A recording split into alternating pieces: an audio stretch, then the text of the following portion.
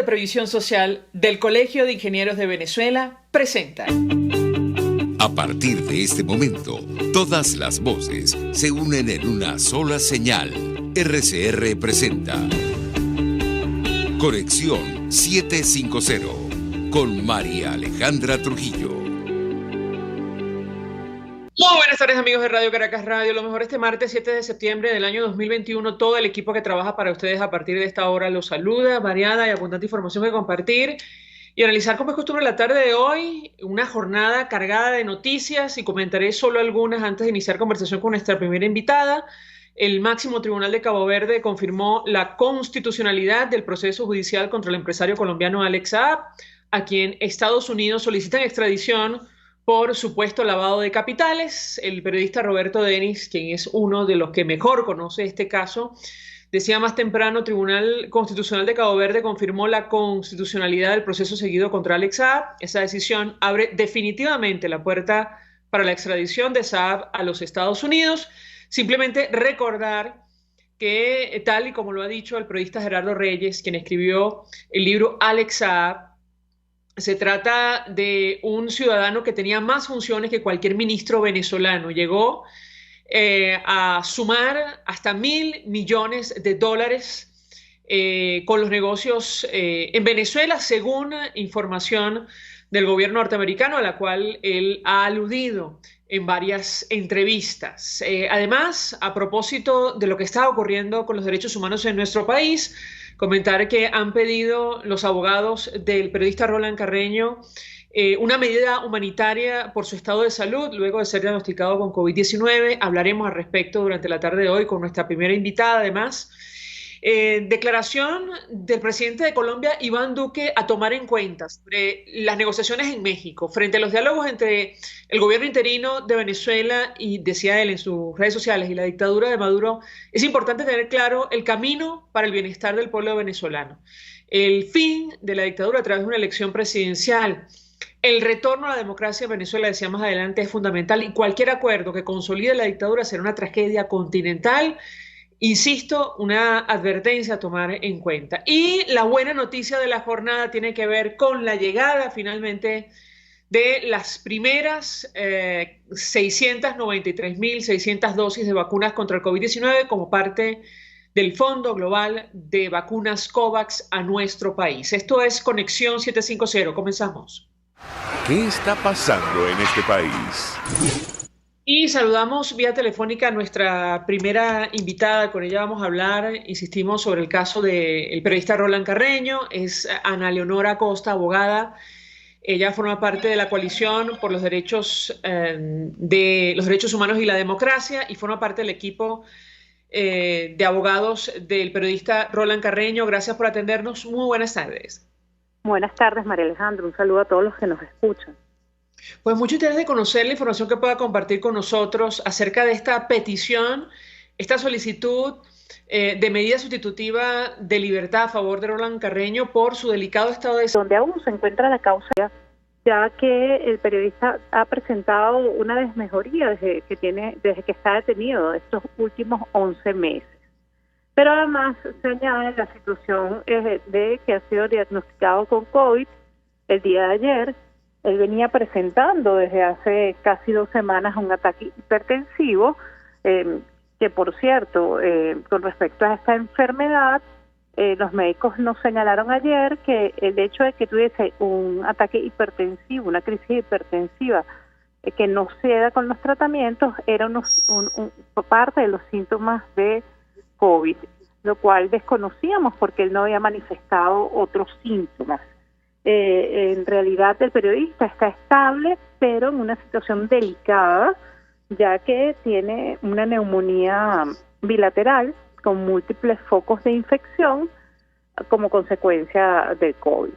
Esto hace que Roland Carreño sea acreedor de una medida humanitaria. Sabemos que nunca debió estar encarcelado, que está siendo llevado a un juicio sin ningún tipo de pruebas y con unas acusaciones infundadas que tienen que ver con financiamiento del terrorismo por el simple hecho de ser miembro de Voluntad Popular y ocupar el cargo de coordinador de organización. Eso es lo que tenemos hasta ahora. hoy hemos ratificado, ya que en varias oportunidades hemos solicitado esta medida y además hemos pedido un traslado urgente del periodista a un centro de salud que se tuvo que hacer ayer de emergencia. Están todas las condiciones dadas para que se dé esta medida humanitaria.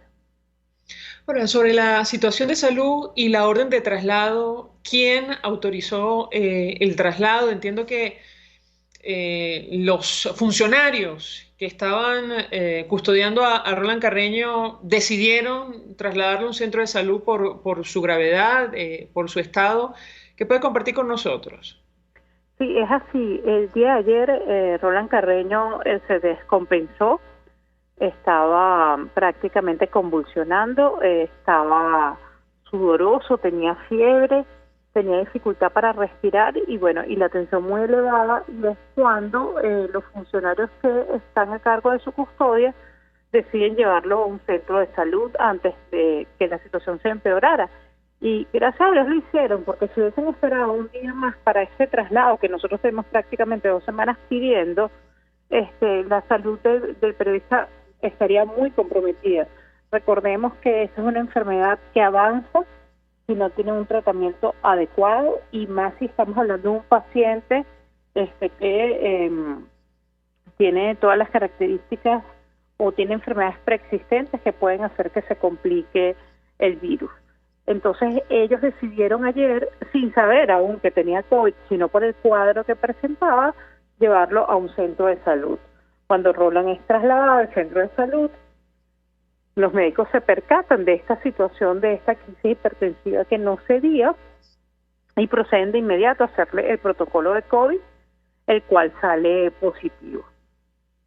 Ahora, ¿qué justificación dio el juez o los tribunales para no responder a la solicitud de traslado, si se ofreció alguna? ¿Qué puede compartir con nosotros? Bueno, aquí vemos la indolencia del gobierno y el desinterés que tiene hacia la vida, hacia la salud y la integridad física de los presos políticos. Lo que alegaba el juez era que no tenía una instrucción. Nosotros le preguntábamos constantemente que cuándo iba a dar el traslado, y lo que señalaba era que no tenía instrucción de ordenar ese traslado. Y acá lo que vemos es que se juega con la vida de los presos políticos. En el pasado han fallecido otros bajo custodia, ya que no se toman las decisiones que deben tomarse en el momento que son solicitadas las peticiones. Y esto quiere decir que una persona que está enferma, que está gravemente enferma, no puede esperar a que el gobierno le parezca dar una medida, sino que es de obligatorio cumplimiento en ese momento, y que debe haber además algún tipo de responsabilidad por estas situaciones, porque si no, va a seguir pasando. Ahora, ¿no tenía instrucción de quién? Bueno, siempre lo que señalan es que ellos esperan instrucciones de arriba. Entendemos que del presidente de la República, a través del Tribunal Supremo de Justicia, para ellos tomar cualquier decisión. Incluso para pedir una copia de un expediente, los jueces o los llamados jueces tienen que pedir instrucciones al presidente del circuito, y este es el Tribunal Supremo. Lo que vemos acá es una justicia que está sometida al Poder Ejecutivo, que no es independiente y que no es autónoma. Y por supuesto que no administra justicia, sino que sigue órdenes del gobierno.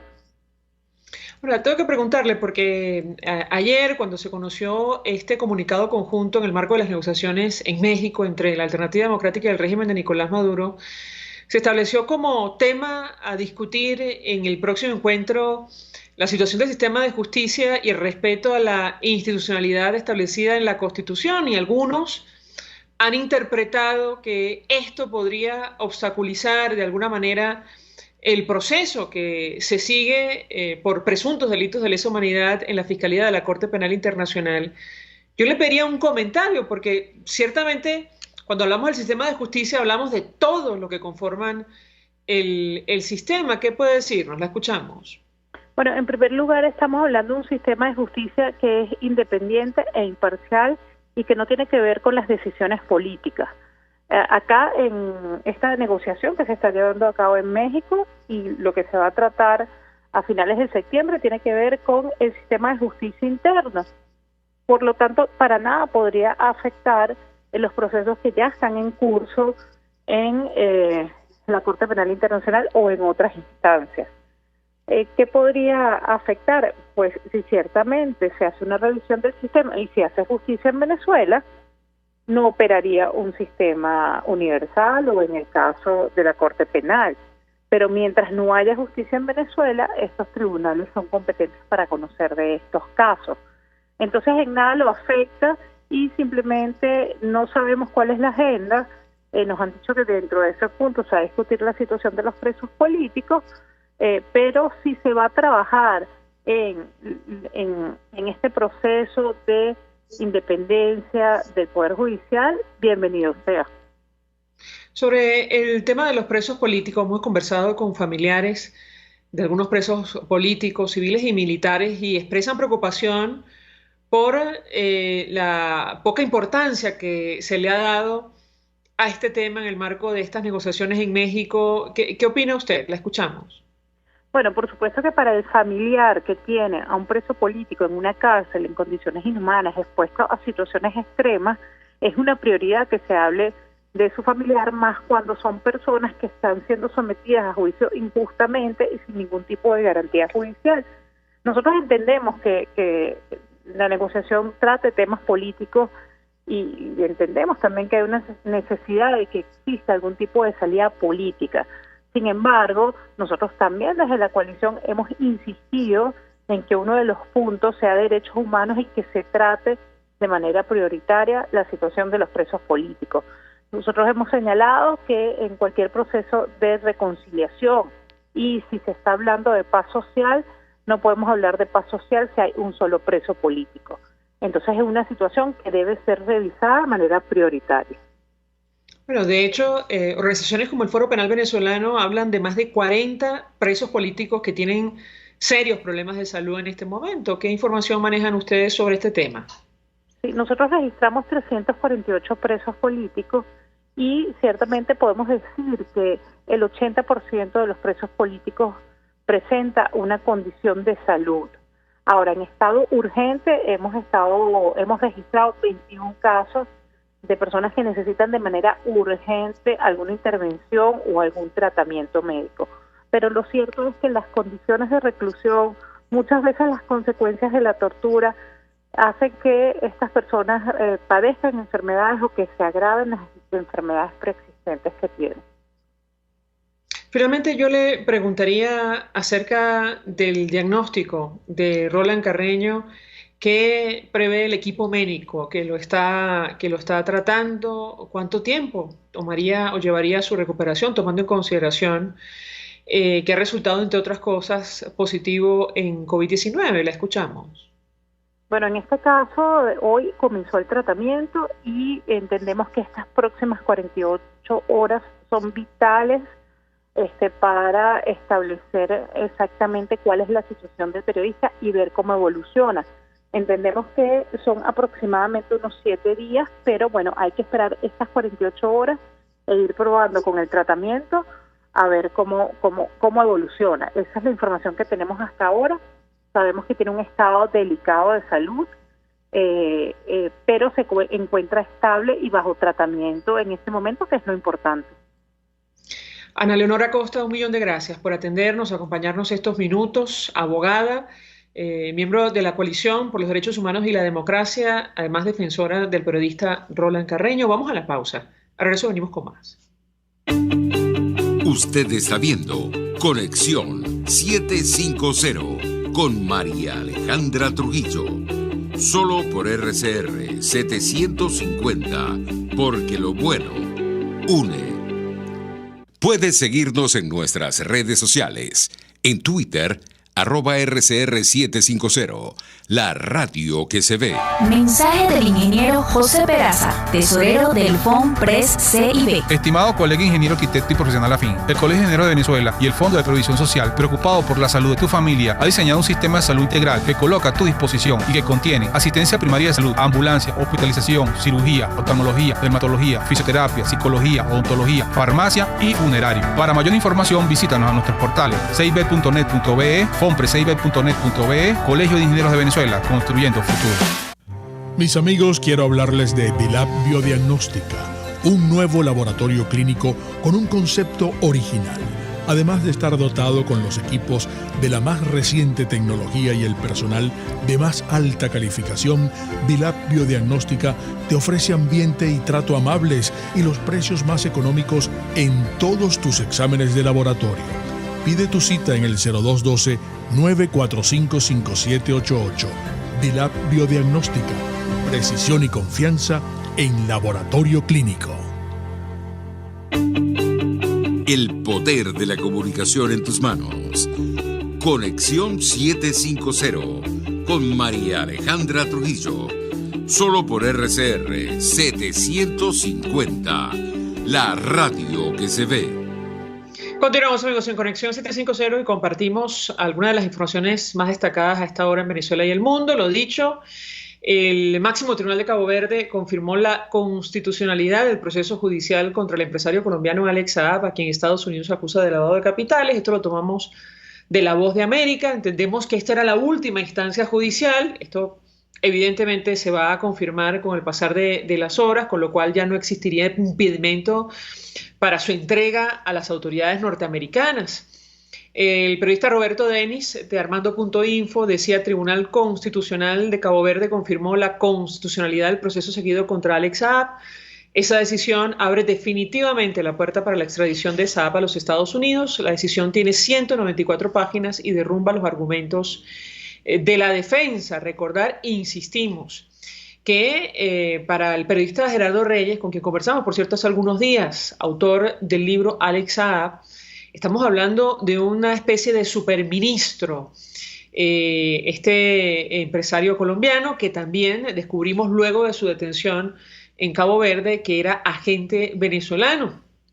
Los negocios que hizo con el aval del gobierno venezolano suman más de $1.000 millones, según ha dicho el periodista Gerardo Reyes, luego de esta investigación que plasmó, insistimos, en el libro denominado Alex Saab. El portal Monitoreamos publica un extracto de la decisión donde se lee perfectamente, se juzga procedente el recurso interpuesto por el señor, improcedente, mejor dicho, se juzga improcedente el recurso interpuesto por el señor Alex Saab. De esta manera, el Tribunal Constitucional de Cabo Verde rechazó el recurso presentado por Alex Saab para intentar frenar su extradición a los Estados Unidos. Habrá que ver qué ocurre en las próximas horas, en los próximos días con este caso. María Alejandra Poleo, abogada de Roland Carreño, forma parte del equipo defensor del periodista, reiteró la solicitud de una medida humanitaria por su estado de salud luego de ser diagnosticado con COVID-19. De esto hablamos hace unos minutos con Ana Leonora Costa. Tenemos un informe médico que avala que su condición es de gravedad. Y lo dicho, el presidente de Colombia, Iván Duque, reaccionó a las negociaciones y a este comunicado conjunto que ayer se suscribió luego de los encuentros en México. Él decía textualmente lo siguiente en sus redes sociales: frente a los diálogos entre el gobierno interino de Venezuela y la dictadura de Maduro, es importante tener claro el camino para el bienestar del pueblo hermano. El fin de la dictadura a través de una elección presidencial lo antes posible, democrática y con observancia internacional. El retorno, decía más adelante, el retorno de la democracia a Venezuela es fundamental y cualquier acuerdo que consolide la dictadura será una tragedia continental que solo fomentará el éxodo y la miseria. Y cuando leamos este mensaje, la pregunta que nos hacíamos es: ¿qué hace pensar al mandatario colombiano que, se puede llegar a un acuerdo que consolide al régimen de Nicolás Maduro? Creo que vale la pena hacer esa reflexión. La buena noticia de la jornada tiene que ver con la llegada finalmente, después de la presión de la sociedad, de las academias, del gremio del sector salud. Finalmente Venezuela recibió hoy 693.600 dosis de vacunas contra el COVID-19 como parte del primer envío realizado al país por el mecanismo COVAX. Y en la nota interna de Naciones Unidas dice lo siguiente, la comparto con ustedes: las vacunas fueron adquiridas a través del Fondo Rotatorio de la Organización Panamericana de la Salud, agente adquisición reconocido ante COVAX para los países de la región de las Américas con recursos propios del país y constituyen el primer lote de un total de 12.068.000 dosis de vacunas que recibía Venezuela por medio de este mecanismo global. La entrega se realizó la madrugada de este martes 7 de septiembre en el Aeropuerto Internacional de Maiquetía Simón Bolívar, en presencia de las autoridades del Ministerio del Poder Popular para la Salud y de la OPS. Las vacunas ya se encuentran en resguardo para su posterior distribución. Insistimos, una extraordinaria noticia. Y aparecieron sanos y salvos este martes el matrimonio Chacón. Esto se trata de una familia que había desaparecido, que zarpó desde Higuerote con destino a la isla de la Tortuga, pero afortunadamente apareció. Y esto lo tomamos de Carabota Digital, sanos y salvos. Este martes se conoció el rescate del matrimonio Camblor Chacón junto a sus hijos, quienes salieron desde el pasado 3 de septiembre de Higuerote con destino a la isla de la Tortuga. En el ámbito internacional, mencionar dos informaciones. El presidente de Brasil, Jair Bolsonaro, amenaza con poner firme al Tribunal Supremo de Brasil en una movilización multitudinaria.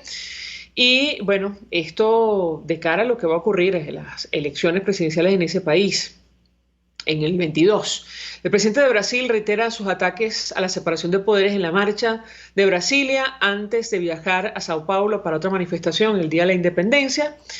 En el país de España destacan, esta movilización viene precedida por semanas de enorme tensión, declaraciones amenazantes por parte de Bolsonaro contra jueces del Tribunal Supremo y detenciones de varios bolsonaristas acusados de proferir amenazas contra magistrados o instigar al asalto violento de las instituciones. Bueno, la tensión no puede ser más alta en ese país y esto sin duda alguna tiene que ver con el proceso presidencial en el año que viene.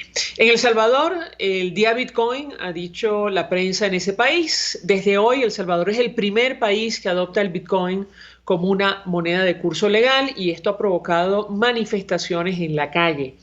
El Salvador de Bukele, dice el país de España, se convierte en un laboratorio de Bitcoin. El país centroamericano se ha convertido en el primero del mundo en adoptar la criptomoneda como divisa oficial. Y vamos a reponer para ustedes algunos de los videos de la jornada. Iniciamos con la declaración que ofrecía el hijo del periodista Roland Carreño, Franklin Carreño. Él expresó preocupación por la salud de su padre, porque, bueno, y las razones por las cuales fue trasladado a una clínica recientemente. Vamos a escucharlo a las afueras del Palacio de Justicia. Se le subía y se le bajaba. Dado esta circunstancia, ayer una señora que es muy amiga de nosotros lo visitó, ¿verdad? Porque mi papá no iba a ser en ningún momento trasladado, aún estando enfermo. Y eso que nosotros siempre lo denunciábamos. ¿Qué pasó? Que ella sale y se le olvida una cosita, se le olvidó cualquier cosa, a mi papá lo trasladan a la celda y ella va. Cuando van al momento y ven a mi papá en la celda, mi papá está convulsionando en fiebre, convulsionando con todos los síntomas que puede tener el coronavirus, que ya que eso es una variante, no a todos les da igual. Debido a esa circunstancia, ella se acercó y culpó a muchos de los policías si a mi papá le pasaba algo. Los responsabilizaba inmediatamente, porque por orden del juez no teníamos para trasladar. En vista de esa circunstancia, se tomó la decisión de que a mi papá lo trasladaran al hospital, bueno, a cualquier hospital que en ese sentido se pudiera tener. Se trasladó al hospital clínico de Caracas, ¿verdad? Y fue atendido a la brevedad posible que llegó. No estaba muy bien, fue trasladado en una silla de ruedas, estaba muy sudado, todo congestionado y le faltaba el oxígeno. ¿Qué llamado le hace usted a la comunidad internacional, a los... Carreño, hijo del preso político Roland Carreño, insólito, pero esto sigue ocurriendo en nuestro país y por eso los familiares y defensores de derechos humanos en Venezuela han pedido que este tema sea prioritario en el marco de las negociaciones en México. Todavía no figura en la agenda abiertamente. Bueno, habrá que ver qué ocurre y ojalá siga avanzando Roland Carreño, es decir, la salud de Roland Carreño, y pueda superar esta situación que podía evitarse, que no tenía que ocurrir, evidentemente. El doctor Joel García, abogado del periodista, también ofreció declaraciones.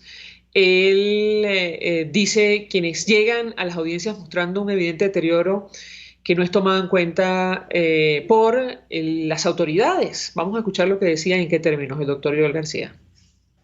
El caso de Roland Carreño no es el único, es un caso que se viene repitiendo. Precisamente a este mismo juez que tiene a cargo la causa de Roland Carreño, se le murió un ciudadano venezolano de la etnia Pemón hace poco, porque no acata las solicitudes de la defensa en cuanto al estado de salud de los presos. Yo he sido testigo de excepción porque en cada audiencia de juicio que estoy, veo el estado deplorable en que cada día llega un preso a las salas de audiencia.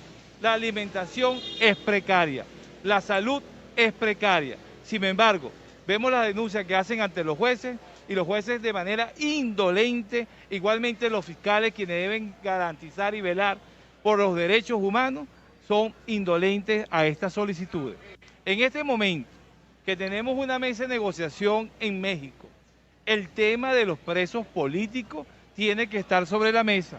No se puede entender que en una sociedad democrática hayan presos políticos y precisamente necesitamos ahorita, en el caso de Roland Carreño, a quienes representamos, que se le dé una medida menos gravosa. Roland Carreño no puede volver a esos calabozos húmedos, sin ventilación, oscuros.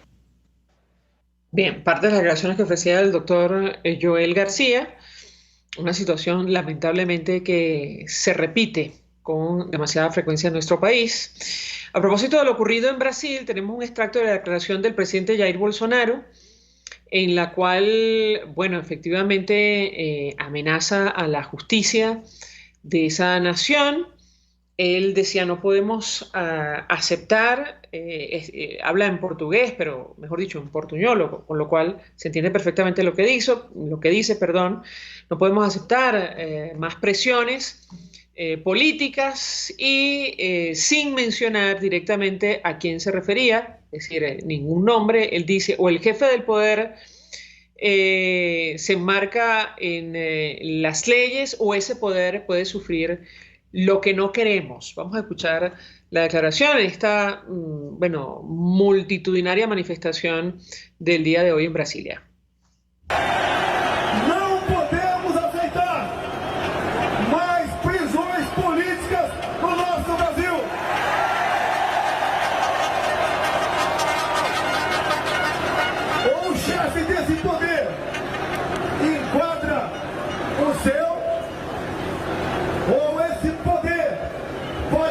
Aquilo que nós não queremos, porque nós valorizamos, reconhecemos e sabemos o valor de cada poder da República.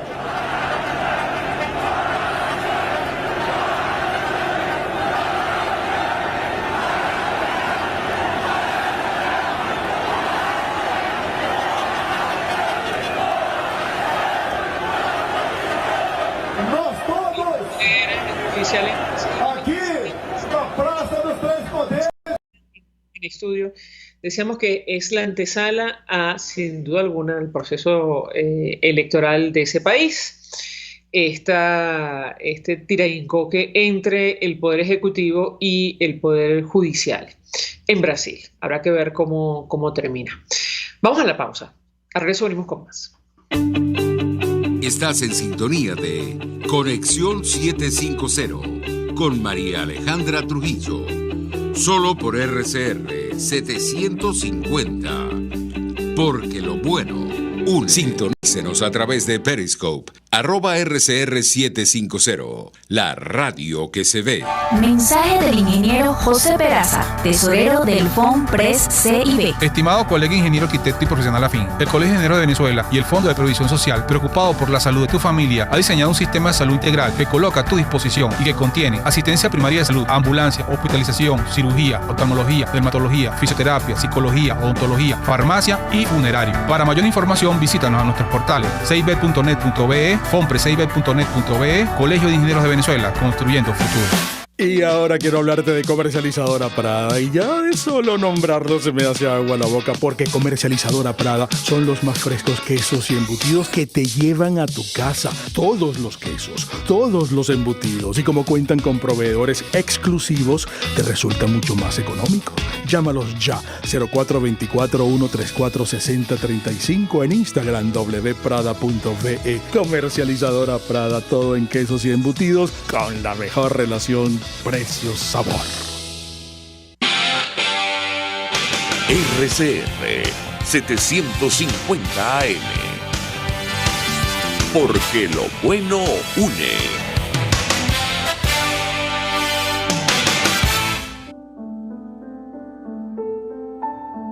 La Academia de Ciencias Físicas, Matemáticas y Naturales presenta El progreso tiene su ciencia.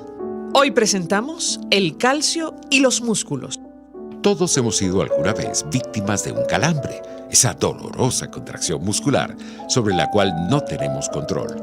Y es que los músculos son máquinas complejas cuyo funcionamiento depende de una serie de mecanismos que los doctores Carlo Caputo y Máximo Gutiérrez del Instituto Venezolano de Investigaciones Científicas IVIC ayudaron a dilucidar.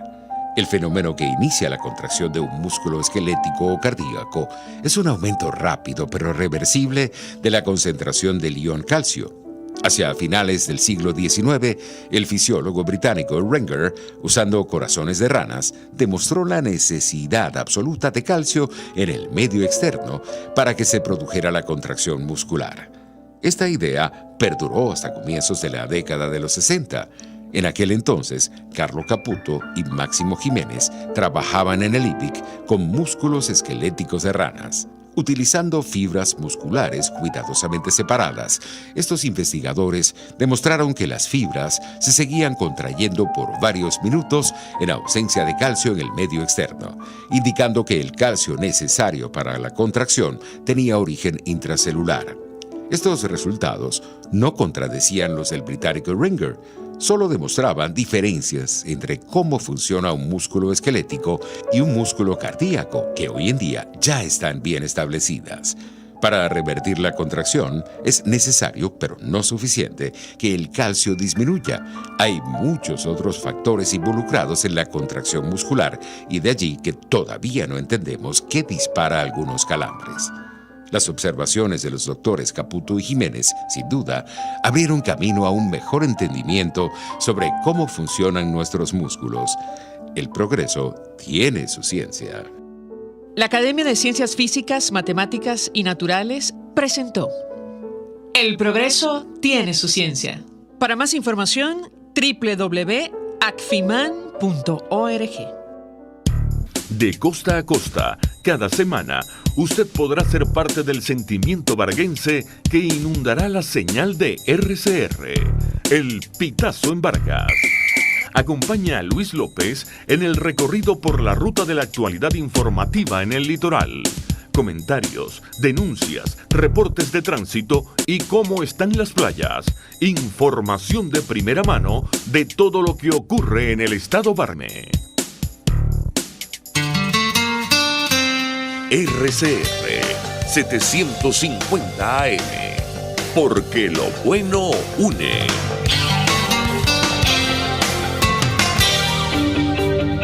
María Alejandra Trujillo te acompaña en Conexión 750. Solo en RCR 750. La radio que se ve.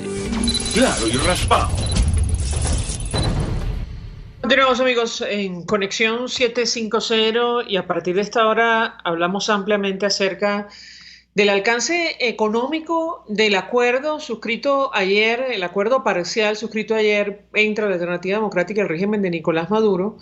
Este acuerdo parcial para la protección social del pueblo venezolano establece que ambas partes acordaron mecanismos de restauración y consecución de los recursos para atender las necesidades sociales de la población, con especial énfasis en los efectos de la pandemia de COVID-19, incluyendo aquellos provenientes de organismos multilaterales a los que tenga derecho la República. Y esto ha desatado una discusión y toda clase de interpretaciones, porque saben ustedes que el régimen de Nicolás Maduro no puede acceder a fondos a instituciones como el Fondo Monetario Internacional, por ejemplo, a recursos del Fondo Monetario Internacional porque no lo reconocen. Entonces, la pregunta es, ¿qué es lo que está planteado en este caso? Muchos hablan del interés del régimen de Maduro de acceder, por ejemplo, a los derechos especiales de giro. Para aclarar este tema, saludamos al economista Leonardo Buniac. Gracias por atendernos. Muy buenas tardes. Muy buenas tardes, María Alejandra. saludo inmenso a todos los radioescuchas.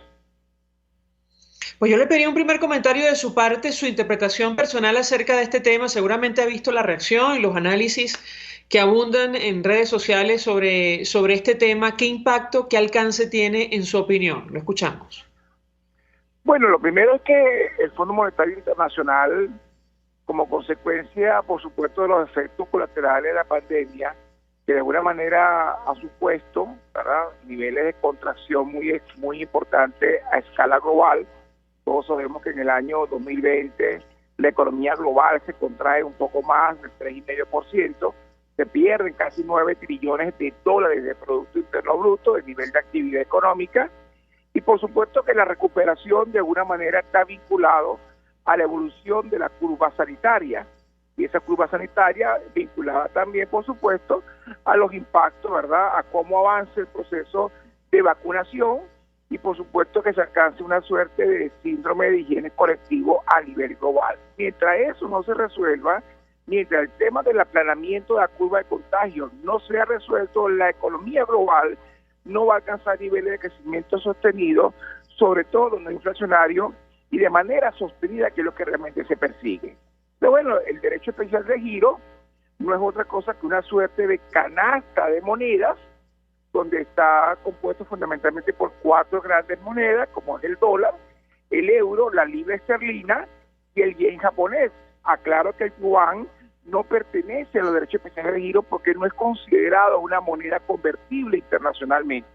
De hecho, la convertibilidad del yuan no supera ni siquiera el 1% a nivel global.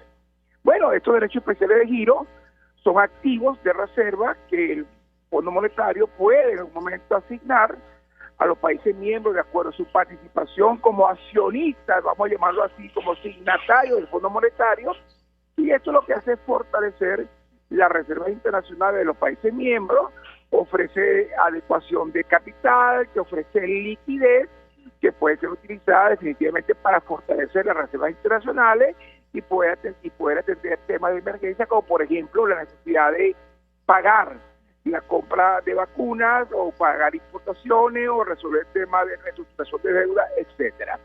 El fondo, creo que fue la semana pasada, aprobó un monto de casi 650 mil millones de dólares, que creo que fue ya definitivamente adjudicado hace un par de días, unos 450 millones de euros equivalentes, y eso se repartió de alguna manera a los países miembros de acuerdo a su participación accionaria, digamos, ¿no?, como signatario del Fondo Monetario Internacional. Venezuela, entiendo, ha sido excluido, no ha sido considerado, porque uno de los temas clave es que el Fondo Monetario no entiende a Venezuela, al gobierno de Venezuela, como un gobierno legítimo, demanda de alguna manera el restablecimiento del orden institucional y democrático en el país. Eso no ha ocurrido, más allá de las conversaciones que están ocurriendo en México, no se aprecia que Venezuela hoy sea ya considerado un país democrático y libre, que institucionalmente la democracia sea funcional, ¿ok?, y que ese proceso de declive de la democracia liberal se haya detenido. Bueno, la circunstancia es esa. Venezuela no está recibiendo ningún tipo de financiamiento de los organismos multilaterales. Esto incluye al Fondo, al Banco Mundial, a la Corporación Andina de Fomento, al Banco Interamericano de Desarrollo, y básicamente tiene que ver con que 50 países del mundo, liderados por Estados Unidos, no reconocen al gobierno de Nicolás Maduro, y Venezuela está inscrito en lo que se llama aquellos países que promueven regímenes totalitarios y autocráticos y son protagonistas del declive de la democracia liberal. Esto más allá de las conversaciones que estén ocurriendo en México y de los avances que se estén dando, porque son negociaciones, son conversaciones, pero Venezuela sigue estando calificado, ¿verdad?, como un país no democrático. El gobierno de Nicolás Maduro sigue considerado como un gobierno represivo, donde los derechos humanos, el pluralismo ideológico, el Estado de Derecho ha sido básicamente quebrantado. Esa es la situación. ¿En qué términos entonces podría acceder Venezuela a los fondos provenientes de organismos multilaterales? Bueno, fíjate que la realidad es que Venezuela tiene enormes desafíos de carácter geopolítico. ¿Y cuáles son esos grandes desafíos? Venezuela tiene que cambiar radicalmente su percepción de riesgo internacional. Y eso no pasa por 2 o 3 reuniones en México. Esa es la realidad. ¿Cuál es el problema de percepción de riesgo internacional? Un problema básicamente de riesgo reputacional que el gobierno de Venezuela, el Estado venezolano, no lo digo yo, no lo puedo afirmar yo, pero sí es un tema de percepción internacional.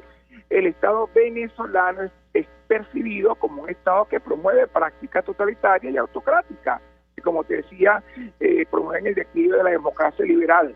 Pero además de eso, también es percibido como un Estado represor, como un Estado que de alguna manera tiene prácticas de corrupción y prácticas, o es permisivo con prácticas de corrupción o es permisivo con prácticas de legitimación de capital y lavado de dinero.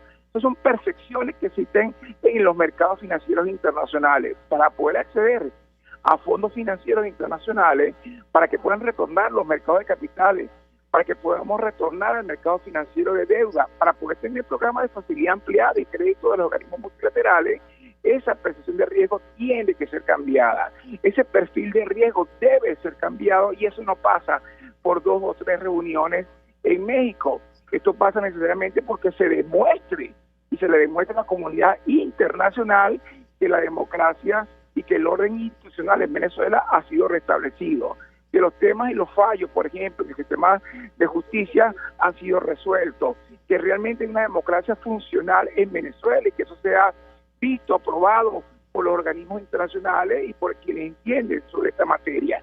Eso no pasa por 2 reuniones y por 3, digamos, declaraciones que haga el gobierno venezolano y que haga la oposición que está sentada en la mesa. Esto va mucho más allá de eso. Claro, se lo pregunto porque en la página del Fondo Monetario Internacional lo explican claramente. Los derechos especiales de giro a los que quiere acceder al régimen de Nicolás Maduro es un activo, como ha dicho nuestro invitado, la Reserva Internacional creado en el 69 por el Fondo Monetario para complementar las reservas oficiales de los países miembros. Y ahora mismo el Banco Central de Venezuela, bajo control oficialista, no es reconocido, al menos por el gobierno de los Estados Unidos. Hay medidas contra la institución. Esto también sería un obstáculo, mejor dicho, para acceder a los recursos. Yo le pediría un comentario al respecto.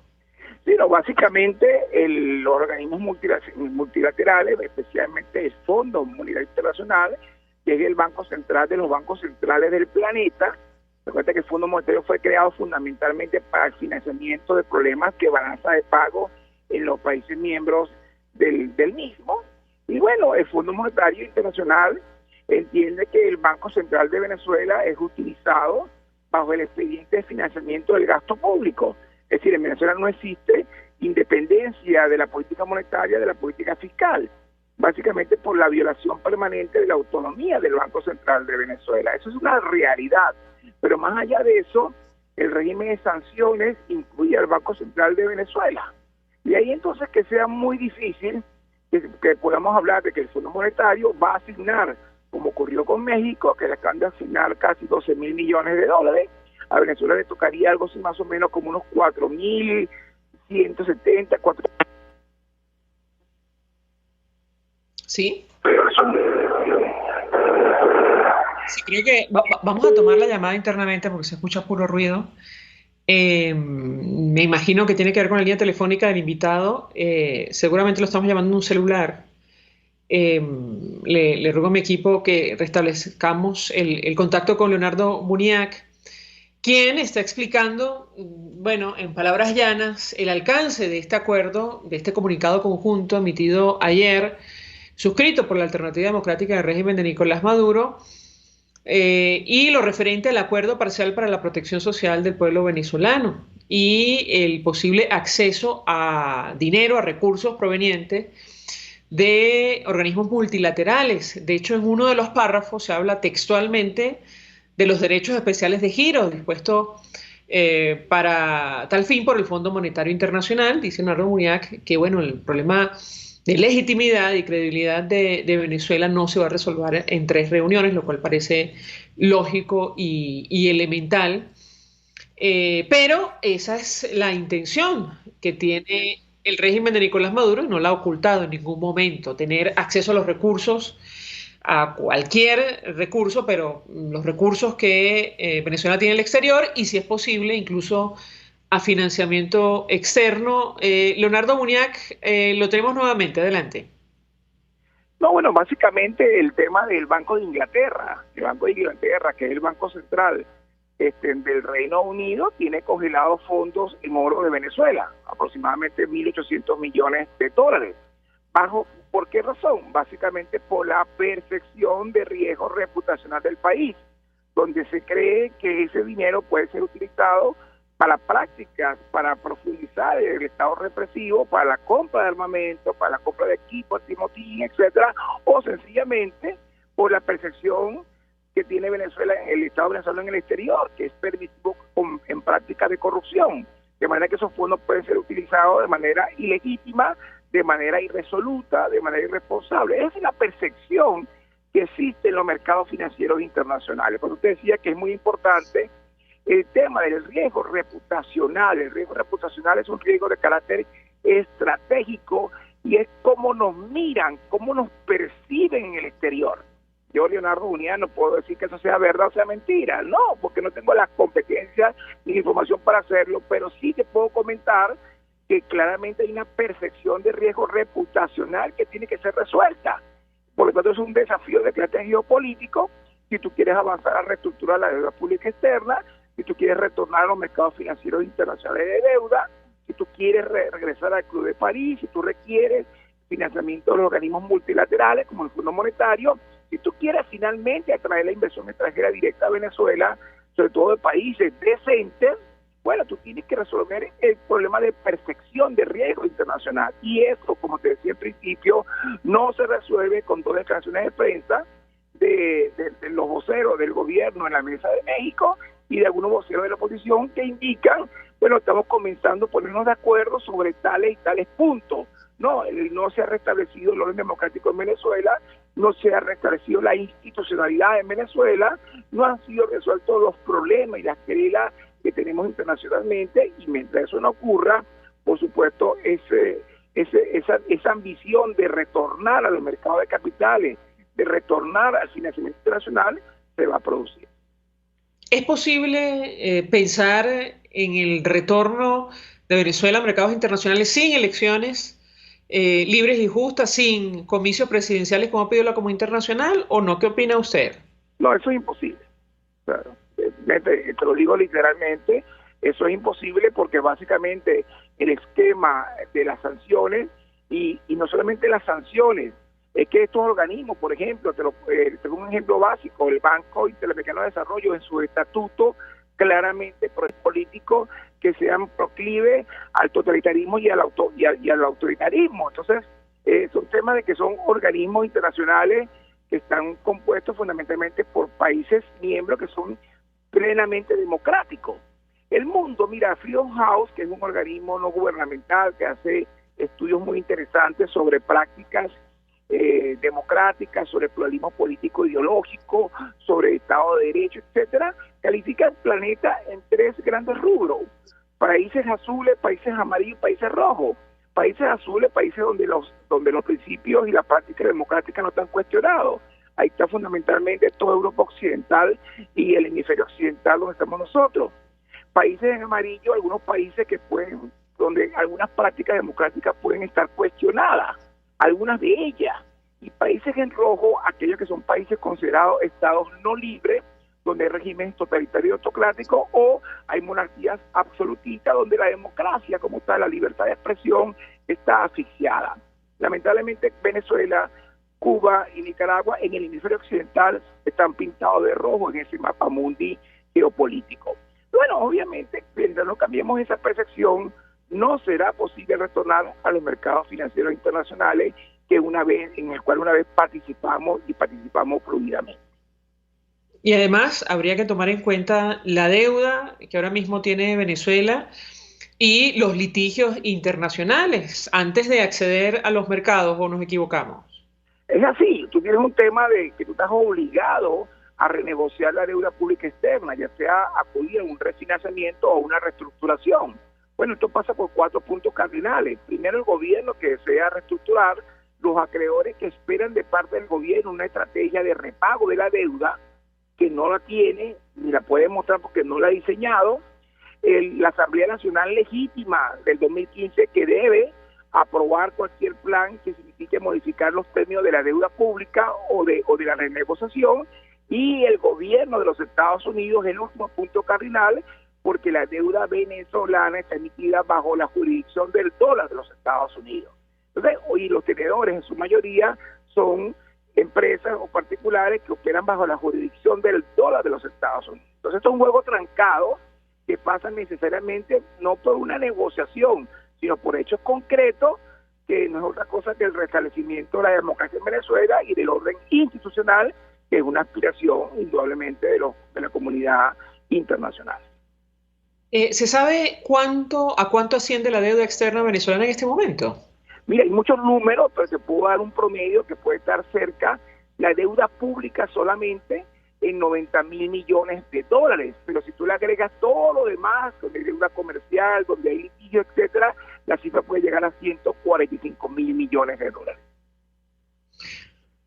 Se dice fácil, es una cifra que se pierde de vista.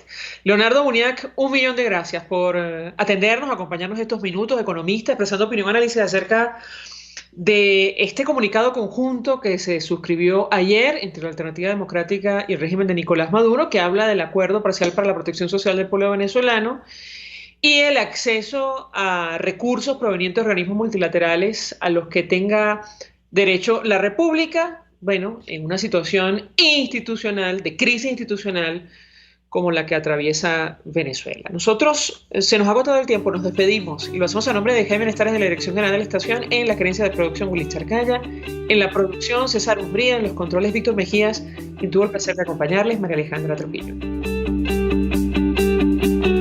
El Fondo de Previsión Social del Colegio de Ingenieros de Venezuela presentó. RCR presentó